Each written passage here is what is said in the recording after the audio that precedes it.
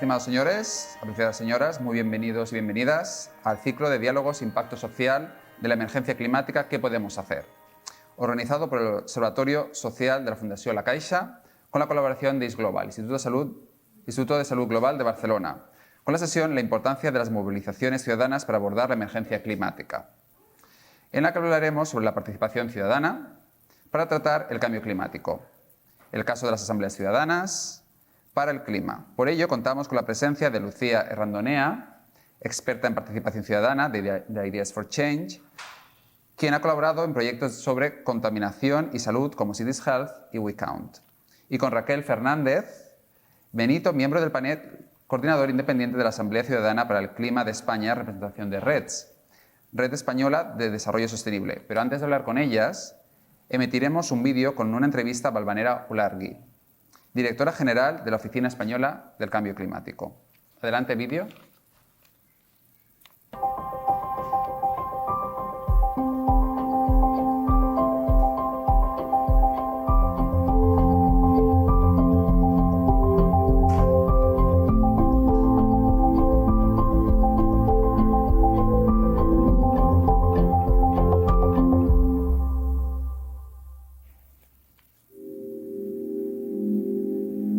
Cambio climático nos apela a todos en todas las esferas de nuestro día a día y en todas las esferas de nuestra vida, desde la esfera personal, como padres, como hijos, como abuelos, la esfera profesional, como vecinos, como votantes. Estamos llamados a responder al desafío porque el desafío que se nos plantea es qué vamos a hacer, ¿no?, con el sistema, con el modelo que tenemos actualmente, cómo nos replanteamos un mundo mejor, un mundo con más progreso, un mundo con menos inseguridades, y eso requiere una nueva cultura de acción personal, una nueva cultura de cambio de ánimos, una nueva cultura que nos ayude a movilizarnos para movernos de otra forma, valga la redundancia, para calentarnos de otra forma, para consumir de otra forma y, como decíamos, ¿no?, también para relacionarnos con nuestra generación, con las generaciones futuras, y para relacionarnos con nuestro medio natural de otra manera. La movilización es importante de la ciudadanía. ¿Y por qué es importante? Porque ha conseguido hacer suyo un mensaje que era muy complicado, que era un mensaje de futuro, un mensaje de tendremos un impacto de cambio climático o tendremos un impacto fuera de España, ¿no?, en los polos. No, la movilización es consciente y apela a que es un reto actual. La movilización, además, debe permitir políticas públicas potentes, debe demandar políticas públicas potentes. Una sociedad bien informada es una sociedad que podrá responder de manera urgente al desafío del cambio climático, es una sociedad que podrá ser proactiva en las políticas públicas que quiere demandar de los gobernantes, y será parte de una sociedad que podrá colaborar, ¿no?, en los diferentes aspectos a los que nos vamos a enfrentar. Los últimos datos que tenemos, ¿no?, de las demoscopias, tanto a nivel europeo como a nivel español, ya ponen de manifiesto que el mayor desafío, ¿no?, al que se enfrenta, ¿no?, el futuro europeo es cambio climático y es también pérdida de biodiversidad, retos ambientales. Eso que provoca en el gobierno, que provoca en las administraciones, que seamos capaces de dar una respuesta eficaz y eficiente, porque decimos la ventana de oportunidad se cierra en esta década, que seamos capaces de acompañar las políticas de lucha contra el cambio climático con las políticas sociales. Es importantísimo y es lo que nos están diciendo, ¿no?, los ciudadanos, que los beneficios de la transición ecológica que hay que acometer, que ya nadie duda que hay que acometer, sean beneficios compartidos por todos, que todos sintamos los beneficios de esa transición ecológica, que si apostamos por mayor eficiencia en nuestros hogares, veamos los beneficios, si apostamos por transporte público, por ir caminando en lugar de coger el coche, veamos esos beneficios.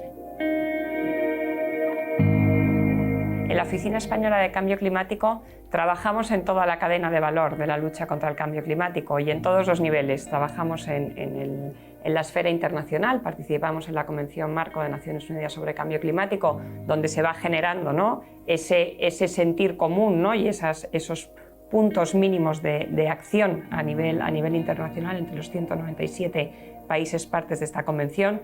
Trabajamos a nivel nacional para definir las políticas públicas de cambio climático y a nivel europeo, ¿no? En la política nacional hemos dado un paso de gigante en los últimos años y creo que es importante resaltarlo. Hemos conseguido salir del nicho del departamento ambiental, hemos conseguido que las políticas de transición ecológica, las políticas de lucha contra el cambio climático sean parte de la agenda de gobierno, sean un objetivo claro en la agenda de gobierno que percola en todos los departamentos. Existen organismos ya reglados, por decirlo de alguna forma. Tenemos el Consejo Nacional del Clima, tenemos la Comisión de Coordinación de Políticas de Cambio Climático, donde nos sentamos la administración, las asociaciones, los ciudadanos, y hablamos, ¿no? Y nos asesoramos mutuamente sobre cuáles son las mejores medidas, ¿no? Y políticas para poner encima de la mesa. Pero nos hemos visto en la necesidad, y la Ley de Cambio Climático así lo ampara, de innovar, ¿no? En este proceso de participación ciudadana. Este proceso de participación ciudadana, cuando miramos al exterior, vemos figuras como las asambleas ciudadanas, que es lo que hemos lanzado, ¿no? en este curso académico, para conseguir, ¿no? Con una representación de 100 ciudadanos españoles, que son de todas las regiones, de todas las edades, ¿no? de todas las profesiones, conseguir generar un debate bien informado que nos ayude a entender cuáles son las soluciones que los ciudadanos quieren poner encima de la mesa para luchar contra el cambio climático.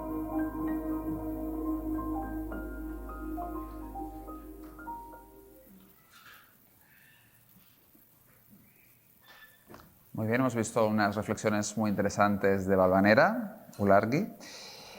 Yo quería empezar a preguntaros sobre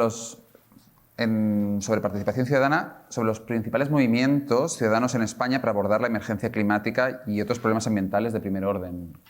¿Cómo veis esta participación y esos movimientos ciudadanos? Bueno, creo que cada vez hay más. Creo que hubo un impulso muy grande en los últimos años. Hemos visto todo este impulso de los Fridays for Future. Fridays for Future. De Greta Thunberg. Aquí se tradujo como Juventud por el Clima. Hubo otros como Ecologistas en Acción, que hace muchísimos años que están trabajando.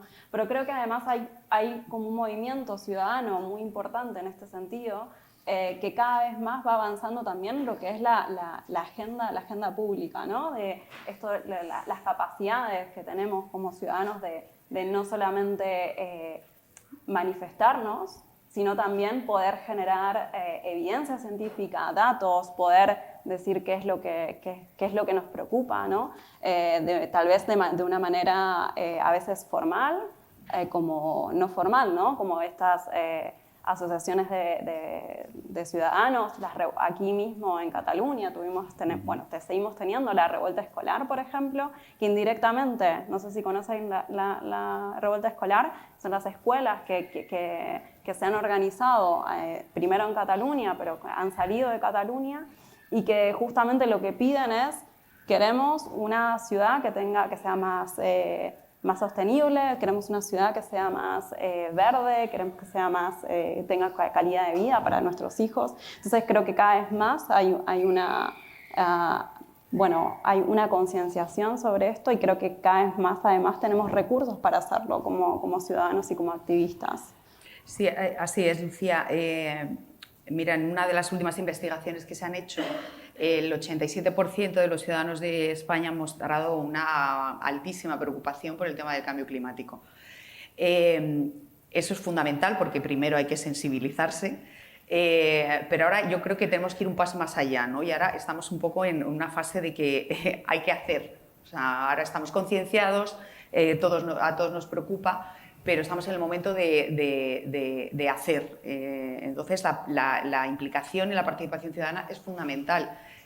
Siempre ha sido, o sea, la ciudadanía siempre es la que demanda a la parte política y a la parte formal lo que hay que hacer, ¿no? O sea, los políticos, la política por ella misma no es proactiva, siempre va un poco a rebufo de las demandas ciudadanas. Entonces, ahora es cuando realmente los gobiernos están viendo que cuentan con el apoyo suficiente por parte de la ciudadanía para emprender medidas valientes, pero que por otro lado son súper necesarias. O sea, porque obviemos el problema o miremos a otro lado no se va a solucionar, ¿no? Esto hay que poner medidas y hay que hacerlas de una manera muy rápida y muy eficaz. Y va a suponer cambios en nuestra forma de vida y tenemos que asumirlos si queremos tener un futuro. No hay más. O sea, no podemos seguir desplazándonos como nos desplazamos, no podemos seguir alimentándonos como nos alimentamos, ni calentándonos o enfriándonos como lo hacemos. Vamos a tener que cambiar nuestra forma de hacer las cosas, ¿no? Nosotros ahora, como decía Valvanera, el Gobierno de España ha puesto en marcha la Asamblea Ciudadana para el Clima, en la que están representados a través de 100 ciudadanos, es una especie de mini España, donde hay personas mayores, personas jóvenes, inmigrantes, de todas las comunidades autónomas, con diferentes niveles educativos, que precisamente están trabajando en ver qué propuestas y qué exigencias, de alguna manera, van a trasladar al Parlamento y al Congreso de los Diputados en cuanto a la emergencia climática. Y yo estoy convencida de que cuando los políticos vean hasta qué punto la ciudadanía está implicada, porque está muy implicada, eso les va a dar la valentía que a lo mejor hasta ahora no tenían para abordar y empezar a tomar las medidas que hay que tomar, porque el tiempo se nos acaba, ¿no? Como decía Valvanera en el vídeo, tenemos esta década, tenemos hasta 2030 para conseguir que el calentamiento no supere el 1,5 grados y podamos tener una vida lo más parecida a esta que tenemos ahora, que es un poco lo que todos buscamos, ¿no? Bueno, pues ya sabemos lo que supone cuando el planeta nos golpea y nos obliga a cambiar las conductas y yo creo que todavía estamos a tiempo, pero no podemos seguir perdiendo el tiempo como lo hemos estado haciendo hasta ahora.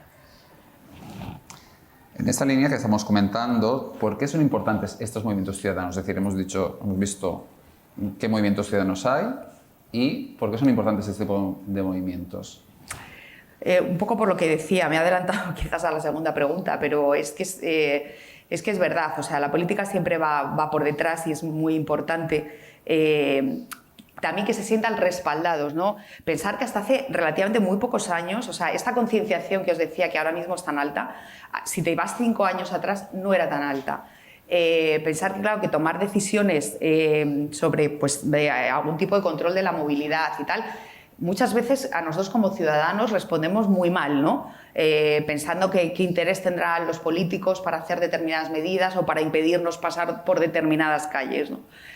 Hasta que no se da esa conjunción en el que un poco la sensibilidad ciudadana entiende la gravedad del problema y entiende que hay que tomar medidas por poco atractivas que sean a priori, pues muchas de ellas no las toman y de hecho hay una gran diferencia entre comunidades autónomas, pero bastante grande en cuanto a las medidas que se están tomando, ¿no? Y es porque han ido un poco acompañadas también de la sensibilización que ha ido teniendo la población en cada una de esas zonas y de esas comunidades.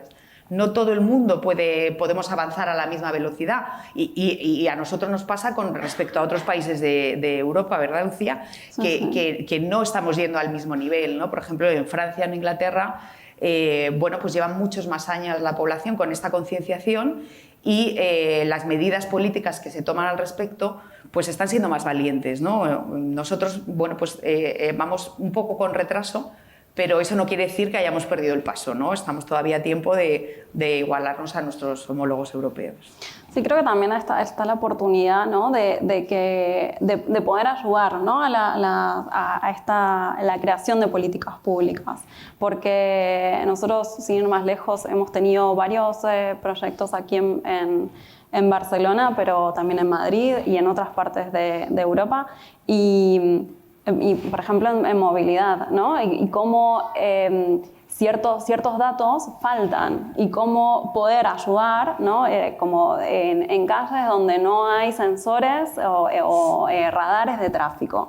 Entonces, muchas veces lo que sucede es que no hay bastante información para que se tomen medidas que tengan, o sea, que no pueden ser medidas generales para todos, tienen que ser, ¿no? Y hay por ejemplo, uno de estos proyectos, lo hemos hecho también en Madrid y en Barcelona, y era cuento algo porque a veces ¿no? queda así, ¿no? para que se entienda. Y era en una calle muy muy pequeña, No había radares, sí, pero la gente decía, pero mira que pasan muchísimos coches, pasan autobuses, pasan motos, no podemos dormir, hay muchísima contaminación. Y claro, y el ayuntamiento era, vale, pero mis modelos estadísticos de los radares que tengo por todos lados me dicen que, bueno, que supuestamente tendría que ser tranquilo. Y con unos sensores que pusimos en las ventanas de la gente pudimos encontrar que verdaderamente había muchísimo tráfico y había muchísima contaminación en esa calle y indirectamente esto generó que el propio ayuntamiento bajase, pacificase la calle, ¿no? Y entonces son estas cosas que por más pequeño que parezca, a veces no... hace o ayuda a que se tomen decisiones más informadas. Y creo que esta es una oportunidad que tenemos ahora mismo, ¿no? Con todas las posibilidades y las nuevas tecnologías y las nuevas comunicaciones de informar este tipo de... Sí, pero fíjate que es una información de ida y vuelta. O sea, la parte política, la parte pública tiene que dar explicaciones a los ciudadanos de qué quiere hacer y por qué quiere hacerlo, pero luego la colaboración ciudadana es fundamental, ya no te digo importante, es fundamental, porque sin esos vecinos que decían, oye, que en nuestra calle algo ha fallado en vuestro modelo, porque el papel, siempre digo, el papel lo aguanta todo, algo ha fallado en el modelo, pero los vecinos no tienen por qué, ¿no? Entonces, claro, hasta que no dice el vecino, a nosotros en la asamblea nos pasa un poco eso, ¿no? Claro, son ciudadanos pues muy diferentes, seguramente tan diferentes como podamos ser las personas que estamos aquí en esta sala. Y no es lo mismo cuando los científicos y los expertos que llevamos pues cuentan la parte teórica y tal, a cuando un agricultor, que es agricultor, que viene del campo, le cuenta a las otras personas que están allí los problemas que tienen de sequía. Tremendos. O sea, y claro, no es igual, o sea, porque lo otro son datos fríos y lo otro es la experiencia de una persona, su vida, que su futuro peligra, que dice, claro, si es que yo no me quiero mover, o sea, yo no quiero vaciar la poca gente que queda en la España vaciada, pero es que, ¿qué solución tengo si no llueve, si no tengo agua para seguir manteniendo mis cultivos, ¿no? Eso nos llega a todos muchísimo más. O sea, eso nos llega a todos muchísimo más que ver a un científico, a un experto o a un político, ¿no? O sea, yo creo que la empatía entre ciudadanos, como ahora estamos aquí, hablamos entre ciudadanos, tengamos más o menos experiencia, pero yo creo que en esto todos tenemos experiencia y todos hemos vivido que juntos llegamos más lejos y llegamos muchísimo mejor. O sea, individualmente irás muy rápido, ¿no? Pero si quieres llegar lejos, siempre tienes que ir acompañado, ¿no? Entonces, la participación ciudadana es nuclear ahora mismo en el momento en el que estamos.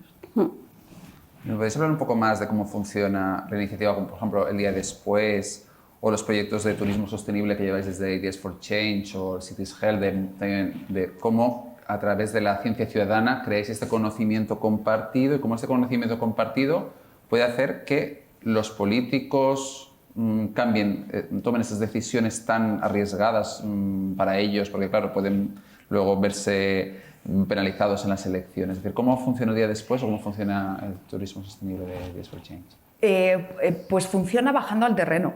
O sea, funciona que cuando vas a hacer una intervención en una zona, sea la que sea, pues los técnicos municipales son fundamentales, los expertos en la materia que sea movilidad, sea urbanismo, sea renaturalización de las ciudades, son fundamentales, pero el vecino, el que vive allí, el que pasea allí, el que quiere criar a sus hijos allí y el que ha puesto todo lo que tiene y lo que no tiene en comprarse una vivienda en un determinado sitio, tiene muchísimo interés en que aquello se haga bien. Entonces, te proporcionan una información súper importante, pero que además hace que al político se le quite mucha de esa presión, porque antes de hacer nada está contando con los ciudadanos. Y los ciudadanos, además, cuando se cuenta con ellos, flexibilizan mucho sus posturas, porque sin información es muy fácil ponernos en posturas rígidas, ¿no? ¿Está a favor de que se peatonalice esta calle? ¿Sí o no? Pero cuando has participado en el proceso, conoces por qué se quiere hacer y conoces los beneficios, aunque de alguna manera te perjudique, pero como ves, estás viendo la otra parte y a lo mejor a ti te perjudica, pero oye, pero beneficia a muchos otros más. Es lo que decía, ¿no? Que este sentido de comunidad que todos tenemos, porque somos un animal que vivimos en comunidad, ¿no? O sea, el ser humano individualmente no tendría futuro ninguno. Entiende y flexibiliza mucho sus posturas. Entonces, los procesos, ¿qué pasa? Que se alargan, ¿verdad, Lucía? Se alargan. Sí, se alargan y además a veces, bueno, las expectativas, ¿no? También los procesos, nosotros, por ejemplo, este de Cities Health fue un proceso bastante largo, fueron casi 2 años, donde los participantes estuvieron en todo el proceso. Este era un proyecto que lo que buscaba era ver cómo afectaba cómo la contaminación del aire afectaba, en este caso, la salud, de alguna manera. Ellos eligieron, después de mucho proceso también participativo, eligieron cuál era la salud, querían saber cómo afectaba a su salud mental. Y esto fue previo a la pandemia.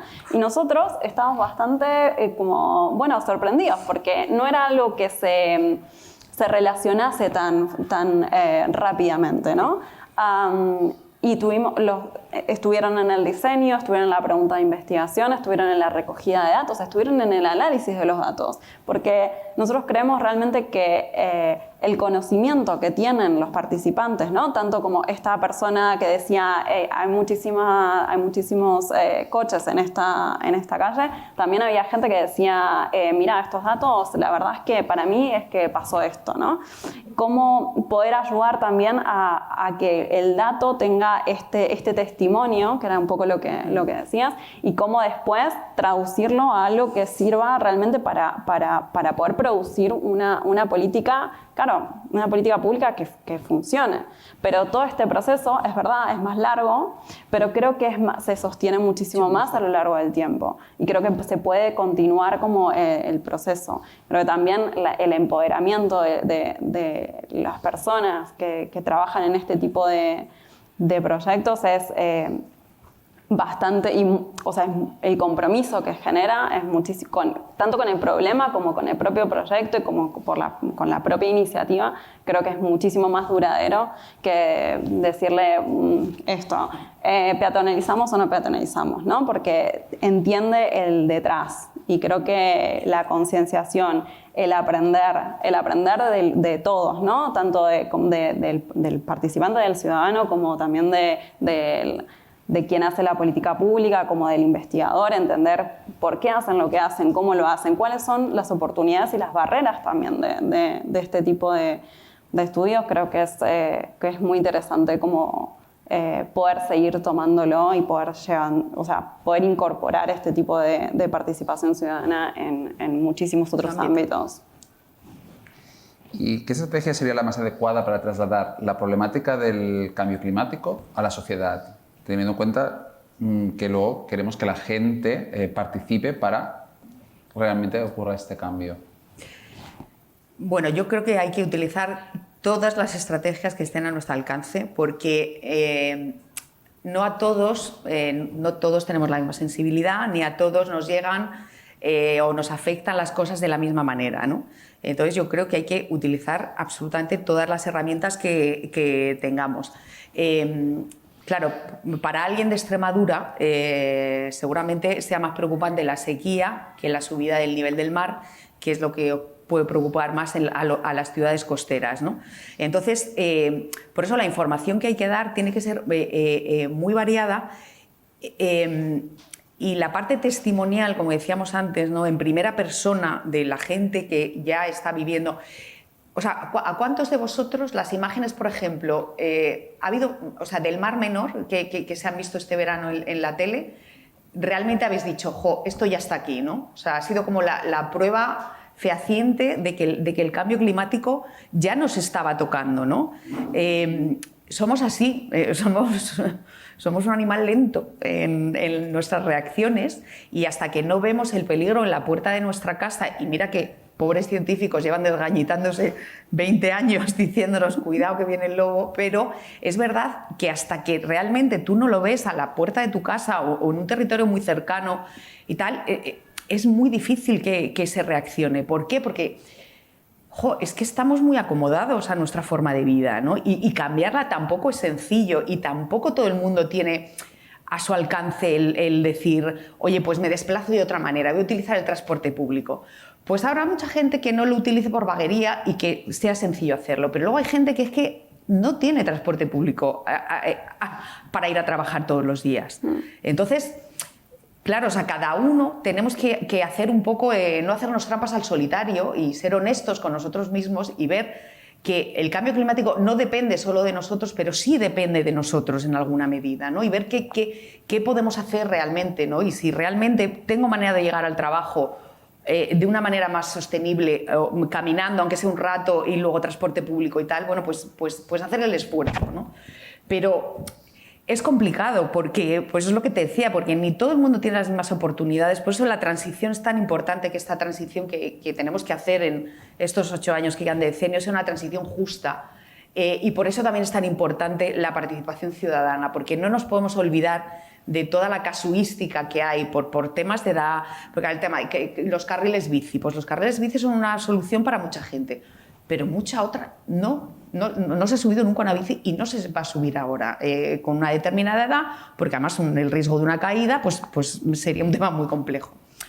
Entonces hay que tener sensibilidad con todo el mundo, buscar soluciones y alternativas que a todo el mundo le valgan y utilizar absolutamente todas las herramientas que estén a nuestra mano. Pero sobre todo yo creo que todos nosotros como ciudadanos responsables y adultos tenemos que hacer un ejercicio de sinceridad con nosotros mismos para ver qué podemos hacer en la medida de las posibilidades de cada uno y no caer en lo fácil, ¿no? Que es de... ¿Y esto qué va a importar, ¿no? Que yo coja el ascensor o no. Bueno, pues todo suma.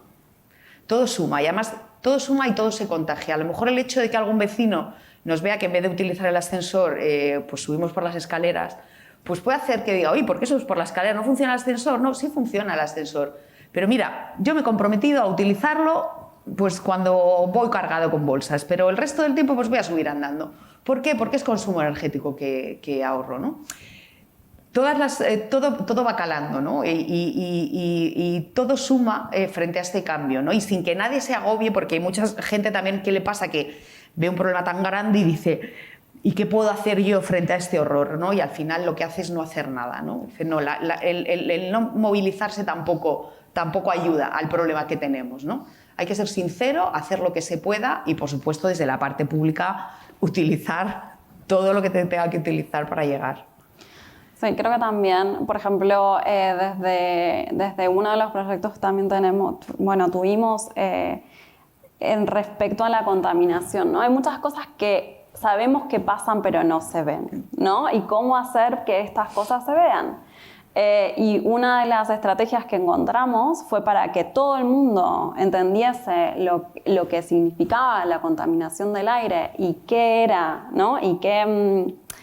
Y cómo se podía medir de una manera simple, ¿no? Sabemos que están todos estos sensores digitales que tienen apps y plataformas con números, pero nosotros queríamos algo muy, muy sencillo que llegase a todo el mundo, que se pudiese entender cómo nos está afectando la contaminación. Entonces este proyecto, que es muy, muy bonito, que es... muy bonito, quiero decir, bonito entre comillas, ¿no? Porque claro, al final es contaminación. Eran plantas de fresa, que las plantas de fresa lo que tienen es, a medida que van creciendo, van acumulando en sus hojas todos los contaminantes del aire. Entonces la gente los tenía que tener por 3 meses y después cortaba unas hojitas y las mandaba a analizar. Y claro, ostras, es un biosensor, de repente era tu plantita de fresa que estaba en tu ventana, que además te ha dicho cuál era la contaminación que tenías ahí, que tenías en tu casa y que tenías en tu ventana a lo largo de esto. Entonces, ¿cómo hacer? Tuvimos respuestas flipantes, debo decir, como no sabía que pasaba esto. Bueno, ¿no? También yo creo que por otro lado también hay esta ansiedad ecológica, ¿no? O sea, no podemos hacer nada, qué agobiante. Pero creo que el primer paso es entender este tipo de problemáticas Ha sido una estrategia muy sencilla que ha gustado mucho. Bueno, la gente de hecho nos sigue mandando fotos de sus fresas, cómo funcionan, cómo están, pero que como que es el primer paso para seguir como avanzando en esto, porque es verdad que esto, hasta que no hemos visto la foto del Amazonas incendiándose, ¿no? Ahora en Argentina también igual lo siento, un súper incendio, ¿no? Como todas estas problemáticas que a veces no nos tocan porque vivimos en ciudades y es difícil. Nosotros vivimos como en microclimas donde nos llega el agua, nos llega, ¿no? Entonces creo que es un primer paso para seguir trabajando y poder empezar a tomar estos microcambios, ¿no? Ir a comprar al mercado en vez de ir a comprar al supermercado todo en plástico, ir caminando si no necesitas tomar la moto, no sé, como estos. Pues sí, justo ayer tuvimos una sesión para hablar cómo los medios de comunicación estaban transmitiendo la idea de cambio climático, porque claro, como son conceptos, como comentabais, que son muy difíciles de ver, pues claro, la contaminación nadie la ve, la radiación nadie la ve, se pueden sentir con sensores, el ruido al final te haces como no lo escuchas, digamos, no lo percibes hasta que, por ejemplo, llega el coronavirus, estamos todos encerrados en casa y empezamos a descubrir que se escuchan los pájaros. Entonces dices, claro, pero estaban ahí. Lo que pasa es que, claro, como había ruido de los coches, nadie los escuchaba. O no nos paramos a escucharlos. O cuando hay esa contaminación, cuando vives en una ciudad que está tan contaminada, no ves el cielo, entonces no ves las estrellas. Entonces, ¿cómo podemos hacer?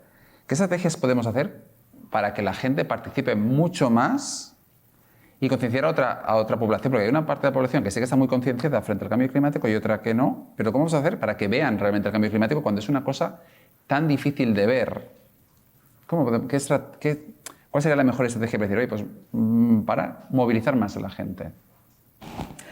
Bueno, yo creo que, por ejemplo, el ejemplo que ponía Lucía, de la planta de fresas, o sea, habría que hacer este tipo de actuaciones. Y sobre todo, me hubiese encantado estar en la sesión de ayer de lo de los medios de comunicación, porque yo hubiera tenido un par de recados que darles a los medios de comunicación con este tema. Porque es verdad que dan una cobertura es siempre como muy puntual, ¿no? O sea, cuando hay una cumbre del clima de tal, pues ahí van todos y todos a la vez informan de tal. Pero es complicado que tengan una información constante y permanente. Y no solo una información de malas noticias, que también hay que darlas y contar la realidad, porque, como os decía, ocultarla no la va a solucionar, todo lo contrario. Pero también hay cosas muy buenas y muy interesantes que se pueden hacer, como por ejemplo esto, ¿no? O sea, si tiene usted duda o no se cree, o a usted le parece que esto es tal, mire, compre una planta de fresas y envíe a los 3 meses una hoja a esta dirección, y tener un laboratorio que lo analice y que te diga la cantidad de porquería que llega a la ventana de su casa. Pero bueno, hay cosas que las amas de casa, bueno, cualquiera que cuelgue un trapo blanco en la ventana de su casa una semanita, no hace falta 3 meses. Bueno, pues eso mismo que se queda en el trapo se nos queda a nosotros dentro y ya nos podemos hacer una idea. Pero hay que hacer mucho. Esto, por ejemplo, en los colegios se está haciendo bastante bien. En los colegios sí que es verdad que sí que a los niños más jóvenes se les está enseñando, y bastante bien, con muchos ejercicios estos prácticos en lo que se ven, y suelen estar muy concienciados. ¿Pero por qué son un público fácil? Porque ellos no tienen hábitos, no tienen malos hábitos. Entonces es mucho más fácil, y esto lo digo como psicóloga, es mucho más fácil corregir y encauzar cuando tú no tienes malos hábitos, a conseguir que alguien que está acostumbrado a ir en el coche toda su vida a trabajar, pues que deje el coche aparcado y se vaya caminando, o caminando y en transporte público, ¿no? Entonces, yo creo que es una combinación de cosas. O sea, por un lado hay que dar información veraz, no solo la mala, también de las cosas que se van haciendo, de los avances que se van consiguiendo. O sea, España, por ejemplo, el año pasado pues, consiguió una tasa de contaminación que está muy bien, que va en línea con el objetivo que queremos conseguir, y sin embargo en la prensa prácticamente no ha salido. Entonces, también deberíamos de tener esa colaboración con los medios de comunicación de contar lo malo, de contar la situación como está, pero también poner un poco el foco. ¿Por qué? Porque a todos los que hacemos cosas o a los que están pensando, jo, a lo mejor me animo y empiezo a hacer cosas para evitar el cambio climático, el ver que que hay una buena respuesta y que se está obteniendo un buen resultado, anima mucho al cambio. Porque si no, tienes un poco la frustración esa de yo estoy cambiando, pero realmente ¿qué estoy consiguiendo? Si solamente oigo malas noticias, ¿no? O sea, hay ya muchas páginas web que tú metes unos pequeños datos y te miden tu huella de carbono, ¿no? O sea, lo que tú generas, pues cómo te mueves, cómo compras, cómo tal, que es muy interesante, ¿no? Porque te sirve para ponerte retos a ti mismo, ¿no? El decir, bueno, pues voy a ver si este año consigo bajar un 10%. Por eso digo, o sea, si tampoco se trata de que ahora todos vayamos andando ni volvamos al siglo XIX y nos alumbremos con velas y tal, no se trata de eso, ¿no?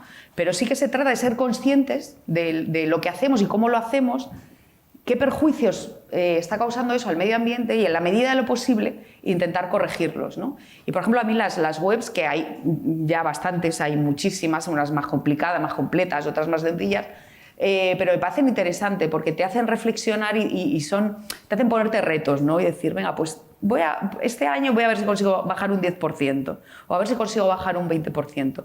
Te da muchas ideas también interesantes. Entonces, yo recomiendo ese tipo de cosas porque es un ejercicio contigo mismo, ¿no? Y te hace responsabilizarte un poco también bueno, pues de tus emisiones, que las tenemos todos, claro, inevitablemente. Sí, creo que en línea de lo que decías con el tema de los estudiantes, creo que, no sé, me acuerdo cuando yo era chica y le decía a mis padres, hay que reciclar, ¿no? Y mis pues padres cuando era chica ayer, quiere decir. No, soy más grande de lo que parezco, gracias sí. Igual. Cuando tenía 30 años menos, ¿va? Y le decía a mis padres, hay que reciclar, y mis padres eran, pues solo por ella, ¿no? Y ahora no hay forma de que mis padres no reciclen, entonces creo que hay como... o sea, todo lo que es cambio de hábitos es difícil, ¿no? Lleva tiempo y esfuerzo, pero creo que todo esto que se está haciendo dentro de las escuelas, ¿no? Toda esta concienciación sobre el cambio climático, bueno, la emergencia climática, todo cómo se pueden ahorrar el agua, el reciclar mejor, no consumir tanto. Creo que en este sentido hay ya ¿no? como un conductor bastante natural, que son los hijos hacia sus padres. Por otro lado, creo que también creo que los medios de comunicación hoy por hoy, digo, más allá de todo lo que son los medios tradicionales, como los periódicos y la televisión, creo que hoy por hoy hay más democratización de esto porque está, sí, en Twitter, si es alguien que sé que, ¿no? Como que te va dando tips para poder gastar menos y para poder hacer mejor las cosas. Hay más información también de esta traducción, ¿no? De los datos, de lo que está sucediendo. Creo que estamos viviendo en un momento donde hay tantos igualmente canales de comunicación y tantas estrategias al mismo tiempo que a veces, bueno, es un poco que no hay una, hay muchísimas, ¿no? Pero dentro de todo creo que, bueno, va llegando... Vamos a, bueno, yo creo que hay un foquito de esperanza, porque si no, ¿qué? Sí, no. Tenemos que tener esperanza porque, bueno, y además o sea, no, yo recuerdo cuando lo que tú le decías a tus padres, ¿no? Pero yo recuerdo que la ilusión de los míos, imagino que la de muchos de vosotros, era pues poder dejarle algo a sus hijos, ¿no? Y entonces yo a los míos o sea, el compromiso que tengo con ellos es dejarles un suelo que pisar, un aire que respirar y un mar en el que bañarse, ¿no? O sea, ya no es dejarles nada material, es dejarles un planeta en el que puedan tener una vida medianamente decente y medianamente digna, ¿no? Por eso también las personas que somos un poco más mayores no podemos dejar toda la responsabilidad a la gente joven, porque en gran medida nosotros hemos contribuido mucho a lo que está pasando ahora, ¿no? Entonces también nos tenemos que hacer corresponsables solo con ellos y no pensar que solamente la gente joven que está más concienciada y que ya como que salen de la escuela con buenos hábitos y buenas costumbres van a tener que hacer el cambio, ¿no? Nosotros tenemos que acompañarles en el cambio, porque esto además es que si no lo hacemos entre todos no va a tener los efectos que queremos, ¿no? Entonces aquí el tema intergeneracional es fundamental, ¿no? Tenemos que ponernos todos a remar en la misma dirección y ser responsables responsables, que no es que lo hayamos hecho por mala idea, ni porque, o sea, que ha sido por desconocimiento, ¿no? Pero bueno, que hasta aquí hemos llegado, ¿no? Y ahora tenemos que ayudar a buscar las soluciones a la gente más joven.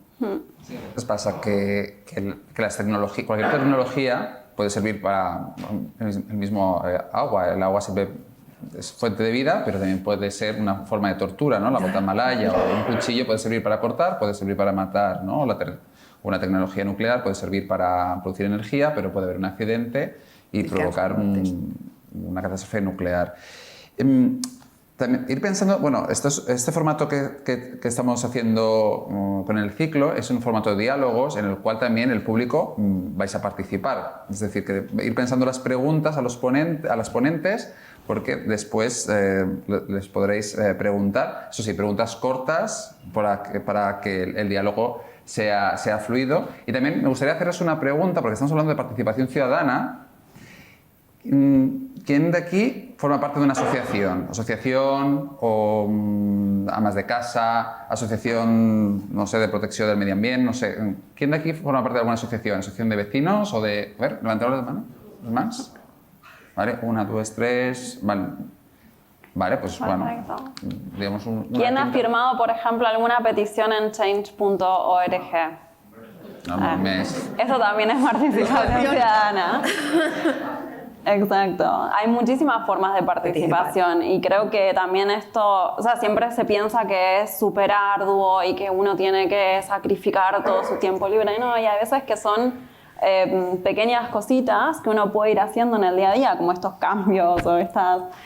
que creo que pueden ser como, bueno, que todo complementa, ¿no? No hay porque a veces uno nos ponemos, yo también soy activista, entonces como que yo también me pongo en esta posición de hay que hacer más, pero a veces nos ponemos un peso que es, ¿no? Es un poco agobiante, ¿no? Todo lo que habría que hacer, pero creo que con pequeñas acciones creo que vamos avanzando. Y luego hay una parte de la participación ciudadana que se nos olvida, pero que también es participación ciudadana, que es votar. También. Sí. Y eso les duele, a los políticos es lo que más les duele. Entonces, mirar la parte de los programas electorales, que muchos son... pero mirar que tengan una parte medioambiental, que tengan una parte de cuidado del planeta, de pensando en el futuro, también es una manera, y primar a los partidos que lo llevan en su programa y castigar a los que no lo llevan, también es una gran manera de participación y además muy directa y que les da. Porque como os decía, la política siempre va a rebufo. Siempre, todos los grandes cambios que ha habido en la humanidad, la jornada de 8 horas, el descanso tal, todo ha venido porque la calle ha dicho hasta aquí, señores, hasta aquí hemos llegado, ¿no? Y luego ellos han actuado.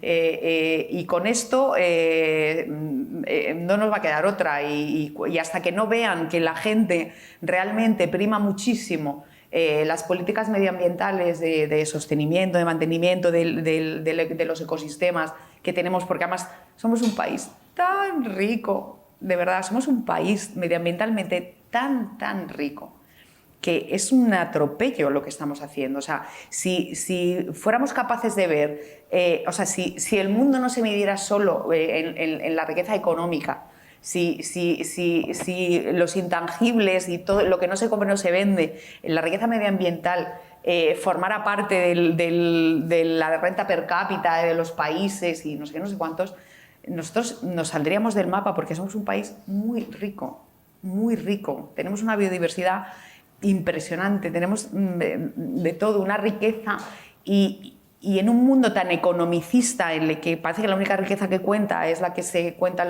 en los bancos, nos hemos olvidado de esta, que es la que puede asegurar nuestra persistencia, ¿no? el que sigamos como especie en el mundo, ¿no?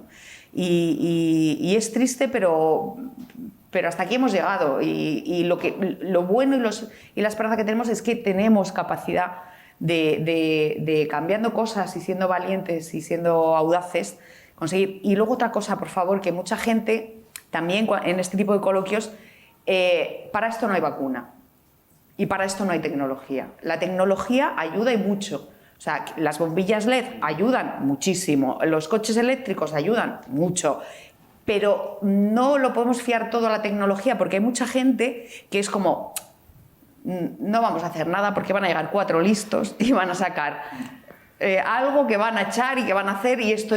No, o sea, eso la ciencia lo tiene clarísimo ya, que eso no se va a producir, es un problema tan complejo que afecta a tantas áreas, porque afecta a la tierra, afecta al agua, afecta al medio ambiente, o sea, es tan complejo que no solo con tecnologías vamos a ser capaces de superarlo, o sea, va a haber que tener cambios de conducta, ¿no? Y ahí sí que nosotros y cada uno de nosotros somos soberanos en las decisiones que tomemos. Sí, bueno, un comentario respecto a los recursos y a lo que a veces no necesitamos tanto. Tenemos un observatorio de turismo sostenible que lo venimos haciendo hace varios años y uno de los proyectos que más nos gusta es uno que lo que hace es recuperar, o sea, el valor es donde no hay luz. ¿Por qué? Porque los cielos son justamente, ¿no? lo que es el astroturismo, donde se puede ver mejor el cielo es donde la ciudad no llega, donde las tecnologías casi no llegan, donde la luz no llega, donde no hay mucha gente. Y justamente esto de recuperar y de realzar este ambiente que está no tan tocado, ¿no? Como, sí, sin contaminación lumínica. Sin contaminación lumínica, es una forma de turismo y es una forma como de recuperar algo que parecía que le faltaban cosas y en realidad no. Y el avistamiento de aves. También hay muchísimo turismo, muchísima gente que se desplaza para ver aves que pues en sus ciudades o en su continente, en sus países no existen. Entonces tenemos que empezar a mirar, a mirar nosotros y a generar intereses en otro tipo de cosas, ¿no? En eso, en la riqueza de poder ver un cielo sin contaminación lumínica. Es que eso es un gran atractivo, de verdad. O sea, nos hemos acomodado tanto con el progreso que hemos dejado de disfrutar de cosas que estaban ahí al alcance de todo y que realmente son una maravilla. Totalmente. Volveremos a hablar de turismo sostenible, pero antes quería volver a lo que hemos comentado al principio sobre el movimiento como Revolta Escolar, que Revolta Escolar, como habéis comentado, surgió aquí en Barcelona, Cataluña, luego se extendió a otras zonas, como Madrid, con el nombre Revolta Escolar. Todo el movimiento de Eixample Respira, la plataforma Calidad del Aire, que son plataformas también ciudadanas, que agrupan a muchas asociaciones para concienciar más que del cambio climático, de la contaminación atmosférica en la ciudad de Barcelona, porque pasa lo mismo también en Madrid, que hay dos tipos, aunque sea contaminación atmosférica ambas, las características de las ciudades son muy diferentes, porque aquí tenemos el mar, se dispersa, a lo mejor llega la contaminación que hay en Barcelona, llega a otras ciudades que están alejadas, y en Madrid se crea también una especie de más contaminación por ozono, y se ve esta franja amarilla de la ciudad. Sí, es una boina que da miedo. Es una boina que da mucho miedo cuando se ve desde lejos. Pero bueno, son problemáticas parecidas. Entonces, yo quería, hablando de nuevo de Revolta Escolar y Friday for Future, que me dijerais dónde veis que la ciudadanía está más movilizada, por ejemplo, en el resto de Europa, qué países, y por qué veis que en estos países están más movilizados que aquí o no. Es decir, ¿dónde veis que están esos movimientos ciudadanos donde están más fuertes y por qué? Mira, por ejemplo, en Extinction Rebellion, que es un grupo de activistas que en España también están, lo que pasa es que no tienen tanto calado, pero es una organización a nivel mundial, empezó en Inglaterra como en 2017, 2018, o sea que es relativamente reciente, y tiene una cualidad o una peculiaridad que es que de alguna manera son activistas, pero con el respaldo de los científicos. O sea, ellos lo que intentan hacer es dar la voz en la calle de lo que los científicos llevan tantísimos años diciendo y todo el mundo mirando para otro lado, ¿no? Y en otros países, como en Francia, por ejemplo, las revueltas de los chalecos amarillos que salieron y tal, pues empezaron por un tema de la subida del gasoil y tal, pero al final también se convirtió en un gran movimiento ciudadano que tenía mucho que ver con... Es que al final casi todo tiene que ver con el clima, o sea, es que con el cambio climático, es que está relacionado con la alimentación, está relacionado, o sea, los problemas estos de los agricultores, de las macrogranjas y no sé qué, no sé cuántos, eso también está relacionado con el cambio climático. O sea, cómo producimos los alimentos que comemos afecta muchísimo, muchísimo a la crisis de la emergencia climática que estamos haciendo. Entonces yo creo que en Europa los más activistas, yo no me atrevería a decir los más concienciados, porque yo creo que a nivel de concienciación estamos todos los países bastante igualados, pero seguramente los británicos, o sea, los ingleses sean los que tengan mayor, y los franceses los que tengan mayor movilización. Yo creo que también es un tema cultural. A lo mejor aquí somos más de movilizarnos por otro tipo de cosas o de causas. Y ahí es verdad que el tema de la emergencia climática sí que ha creado mucho más movimiento del que se crea aquí. Que es muy importante ese tipo de movilización, pero que no es la única, que es lo que intentamos un poco explicar, ¿no?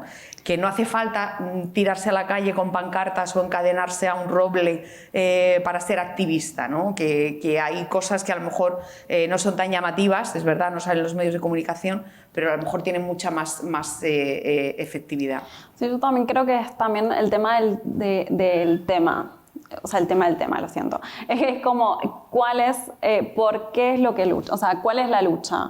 ¿No? Creo que todos los países tienen algo por lo que luchar en especial. Creo que aquí hay mucho de emergencia climática, mucho de contaminación y mucho de movilidad, porque hay muchísima concentración en las ciudades. Pero, por ejemplo, en Latinoamérica están habiendo movimientos muy impresionantes respecto a el cuidado del agua, la deforestación del Amazonas. Es verdad que como el hashtag no es emergencia climática, pero todo al final tiene algún tipo de relación. Creo que hay muchísimos, no sé, hemos tenido proyectos también de contaminación por olores, contaminación por olores, qué loco, ¿no? Pero lo que da es que, o sea, a lo que refiere es que hay problemas de sostenibilidad, o sea, con industrias que contaminan, además de que producen olores, contaminan, o ciudades depuradoras de agua que están funcionando mal, o sea, y esto pues tanto en África como en Asia, como en Latinoamérica, Entonces creo que depende un poco del tema y cómo también uno lo catalogue, ¿no? Porque emergencia climática ahora mismo es o sea, dónde estamos viviendo, ¿no? Y por qué nos movilizamos. Entonces creo que hay un mix como... Sí, por ejemplo, el tema del Mar Menor, pues claro, ahora mismo... Y es verdad que históricamente hay muchísimas organizaciones en el tema del Mar Menor diciendo, ojo, ojo, que esto que nos lo estamos cargando, pero es un poco lo que decía antes, que hasta que no lo vemos en la puerta de nuestra casa y no vemos el resultado y no vemos el daño que unos pocos generan a muchísimos, ¿no? Porque claro, al final son contadas con los dedos de una mano una serie de industrias, una serie de tal que están haciendo las cosas mal, pero que al final van a conseguir la ruina de muchísima gente que vive del turismo, que vive de la pesca, que vive de otras industrias, de otras maneras de ganarse la vida, ¿no?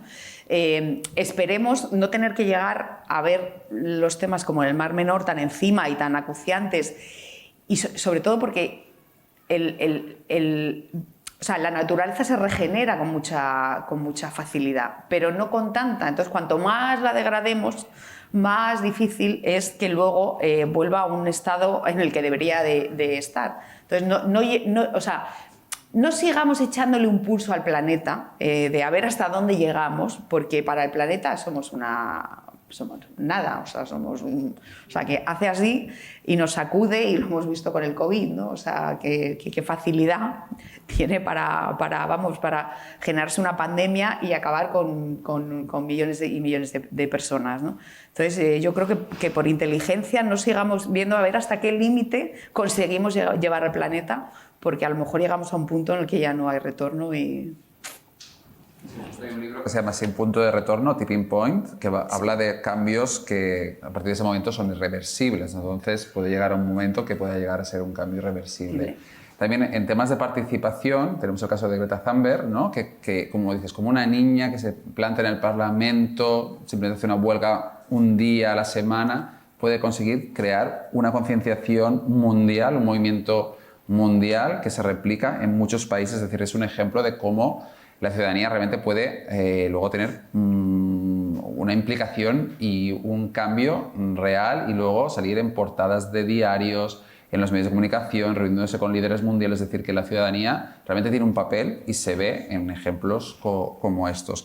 Volvamos ahora, si queréis, de nuevo al tema del turismo sostenible, porque es un tema, claro, un país que recibe unos 60 millones de turistas al año, como es España, es decir, que sería el segundo o tercer país con más turistas del mundo, después de Estados Unidos, y empatado con Francia. Es decir, hay unos años que Francia tiene más turistas y luego sería España, y al revés. ¿Cómo hacemos sostenible el turismo cuando realmente duplica la población que tiene un país? Es decir, ¿cómo se puede lograr? ¿Es realmente posible un turismo sostenible? Es posible. Lo que pasa es que hay que empezar a hacer las cosas de otra manera, y hay que empezar a pensar en algo que a los economistas les pone los pelos de punta, ¿no? Pero que es el decrecimiento. O sea, no podemos seguir creciendo a los niveles a los que hemos ido creciendo, porque de esos polvos, estos lodos, es lo que nos ha llevado a esto. Entonces, tenemos que optar por un turismo de calidad. Y cuando hablo de calidad, no estoy hablando con un turismo que se deje más dinero, que es lo que siempre se ha interpretado, ¿no?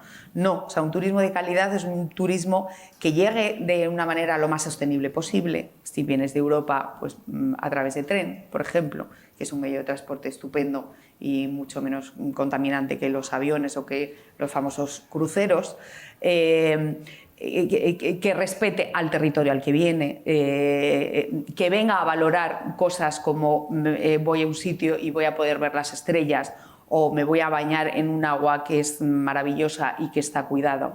Hay que cambiar la cantidad por la calidad del turismo. Y vuelvo a decir, no es un tema económico, no es un tema de que solo puedan venir los ricos o solo puedan viajar los ricos. A mí también me gusta viajar y quiero poder viajar. Pero vamos a tener que hacerlo de una manera más responsable, seguramente no con tanta frecuencia como nos gustaría. A lo mejor tenemos que hacer, pues en vez de cruzarnos, pensar mejor o planificar mejor, y en vez de cambiarnos de continente así como con mucha alegría. Porque además también tiene un doble sentido. Las industrias, ¿cuándo meten los cambios? Cuando ven que empiezan a sufrir.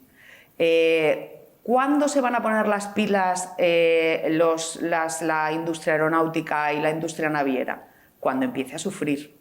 Ya han empezado a sufrir, lamentablemente, por el tema del COVID, pero si ve que la gente cada vez coge menos aviones, coge menos barcos, se van a poner las pilas en conseguir tecnología y en conseguir combustibles que sean renovables, que dejen mucha menos huella de carbono. Y eso también es activismo ciudadano, porque eso también, ¿cómo lo conseguimos? Presionando o fomentando o comprando billetes o comprando determinadas cosas a compañías que apuesten por esto. Porque es una manera de decirle, oye, si yo quiero viajar, si todos queremos viajar y nos encantan los barcos y los aviones y no sé qué, pero ahora mismo es insostenible.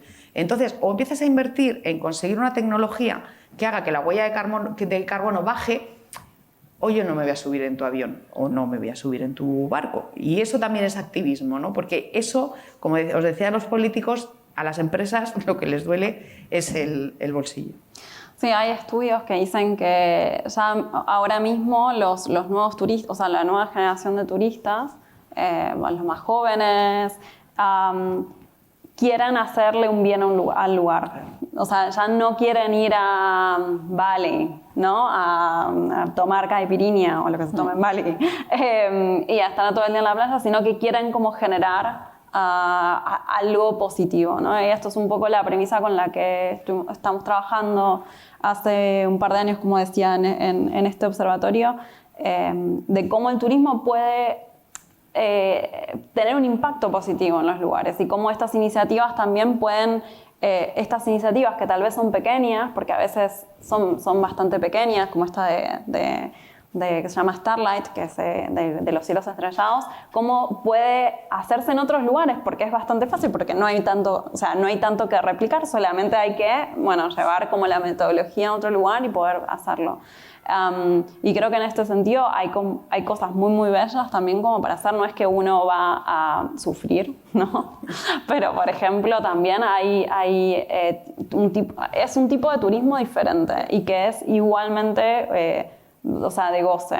O sea, por ejemplo, los canales de Ámsterdam, hay una iniciativa que recogen el plástico de los canales y con eso hacen los mismos botes con los que recogen el plástico de nuevo. Entonces hay como una circularidad de esto y mientras tanto hacen que pescan plástico, ¿no? Y como son este tipo de cosas que son muy pequeñas pero que al final tienen un impacto positivo en el propio lugar donde lo están haciendo. Y bueno, y de esto hay bastante, bueno, hay muchísimas cosas muy, muy bonitas, la verdad. Hay gente, bueno, que realmente cree en esto, y no solamente jóvenes, quiero decir, de todas las edades. Perfecto. Pasamos ahora a las preguntas del público. A ver, espero que hayáis pensado alguna pregunta para nuestras ponentes. ¿Quién rompe el hielo? A ver, por allí. Hay una pregunta. Por favor, micro, un segundo.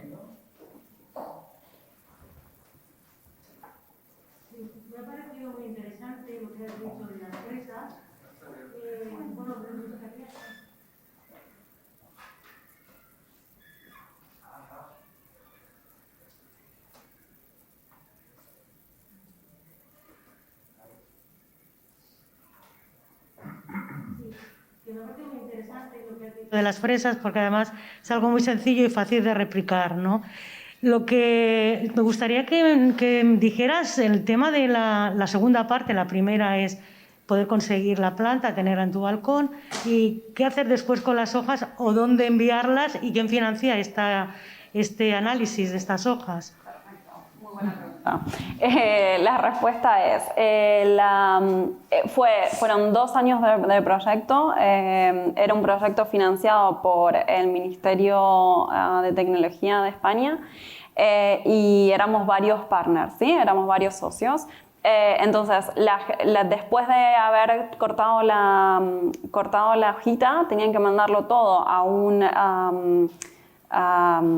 laboratorio. El laboratorio, estas hojas, a través de como los polulantes, o sea, los contaminantes del aire son metálicos, lo que se hace es ponerlo es como un gran magneto y se tira, o sea, se le da como electricidad. Entonces, cuanto más vibre, es cuantas más partículas van a tener. Entonces, así se dan cuenta de cuánta concentración de estas partículas tienen en la propia hoja, y así pueden medir más o menos cuánta contaminación había en el lugar donde estabas. Estos fueron 2 años de proyecto, se hizo 2 veces.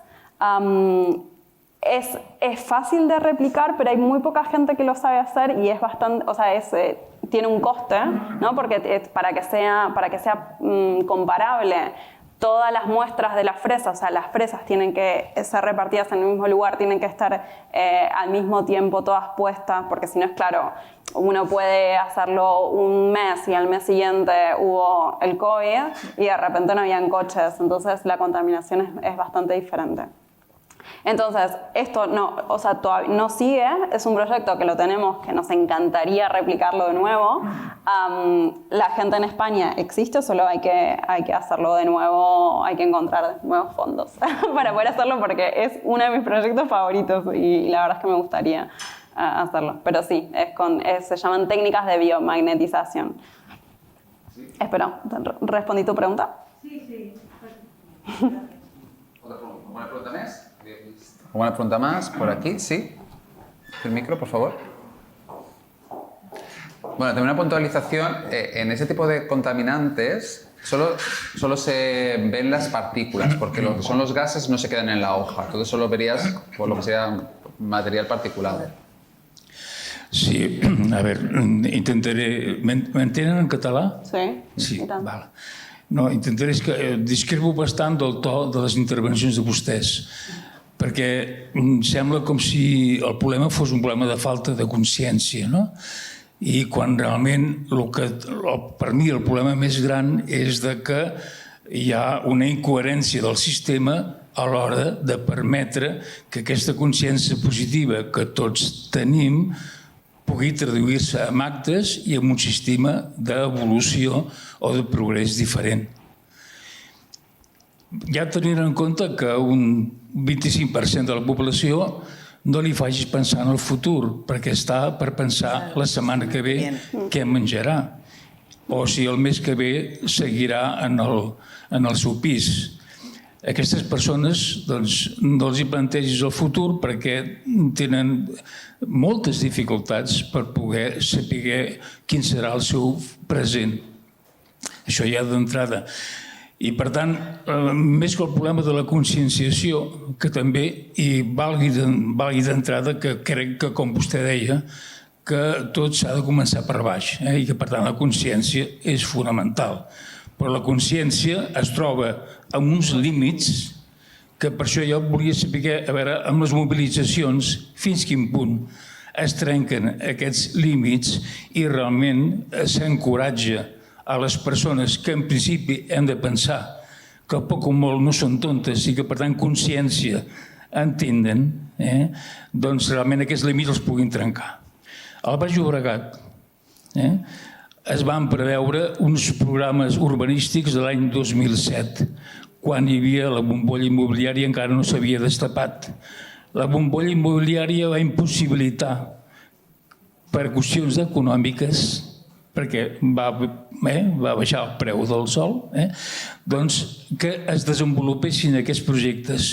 Doncs ara, al cap de 15 anys, en unes circumstàncies diferents, totalment diferents, en una situació d'emergència climàtica, s'estan executant aquests programes de l'any 2007. Clar, això desencoratja molt. Per què? Doncs a Catalunya hi ha una llei de canvi climàtic de l'any 2007, però el reglament no. El reglament encara no s'ha aprovat, el reglament. La pregunta...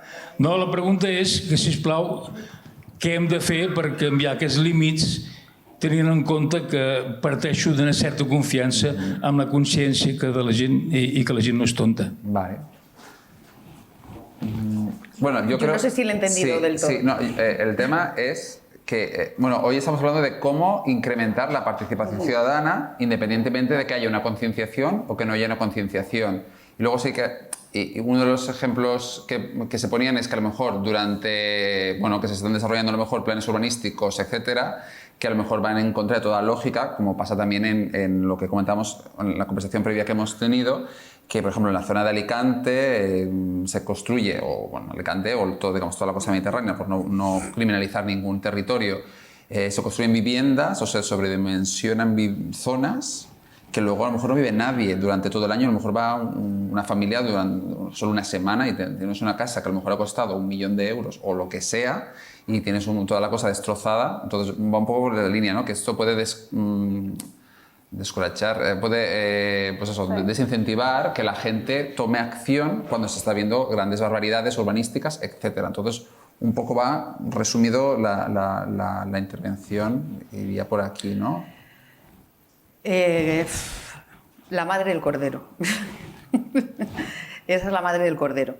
Cuando quien tiene que tomar quien tiene la responsabilidad final de las políticas públicas hace cosas incomprensibles, pues como hace prácticamente nada en el caso de Doñana, que imagino que algunos conoceréis, ¿no? Que es un parque natural, una maravilla, y de pronto pues venga, barra libre otra vez.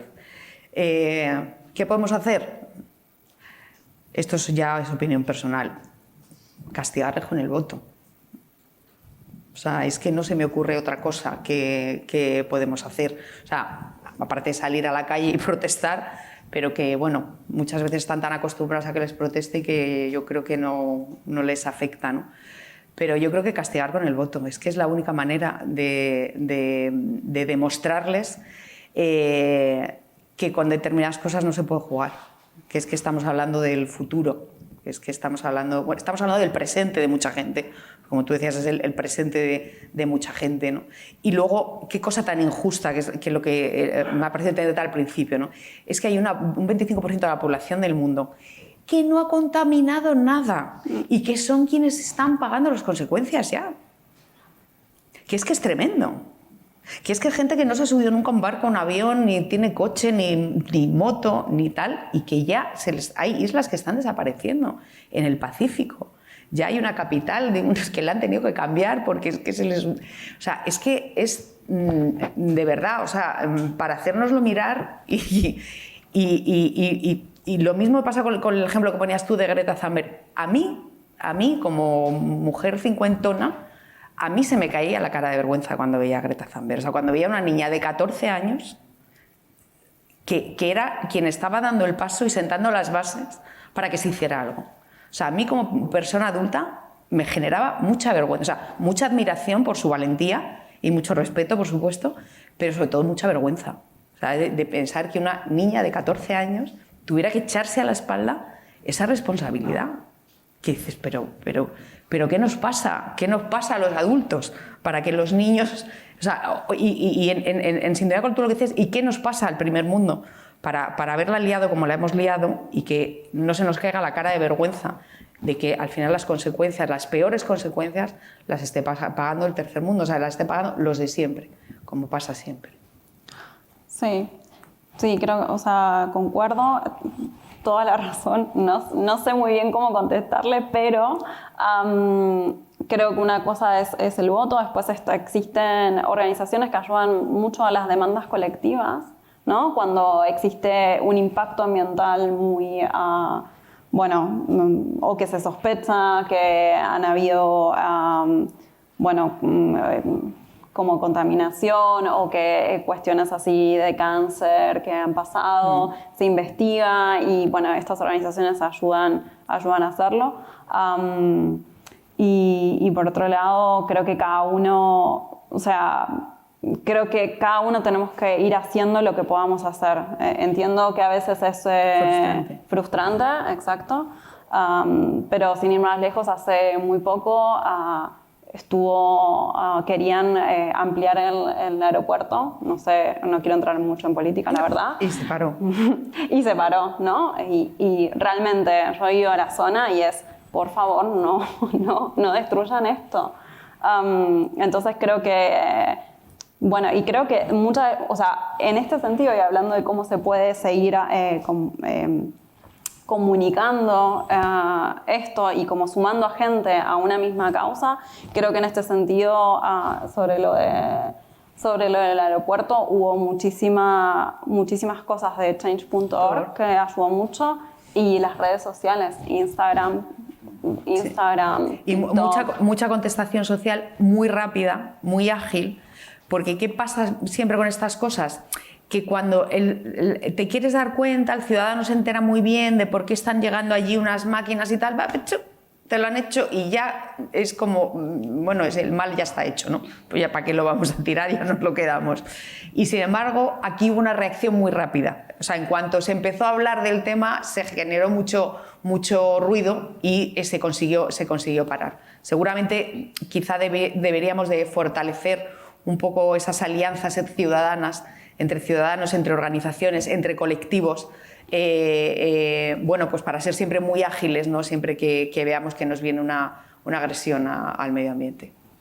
También, otra cosa, aparte del voto, yo creo que también es el principio fundamental de la ecología, que es quien contamina paga. Se tendría que realmente ¿no? Es decir, cuando hay estas extracciones ilegales de agua en Doñana o esta contaminación Sí, pero de las empresas... Pero ese es un recao que parece que es que si tienes dinero puedes contaminar. No, tampoco. O sea, no se contamina. Eso es, o sea, es el principio. es el principio. No se contamina. Pero si contaminas... Pero como contamines... Sí, por eso. Pagas. Exacto. Sí, pero o sea, la multa tiene que ser lo suficientemente grande como para que sea disuasoria. Porque Exacto. si al final te compensa, porque el beneficio que sacas es mayor. Hay un ejemplo muy claro con las revistas del Corazón y tal, que antes hacían fotos a cualquiera, aunque estuviera en su casa, desde el jardín y no sé qué.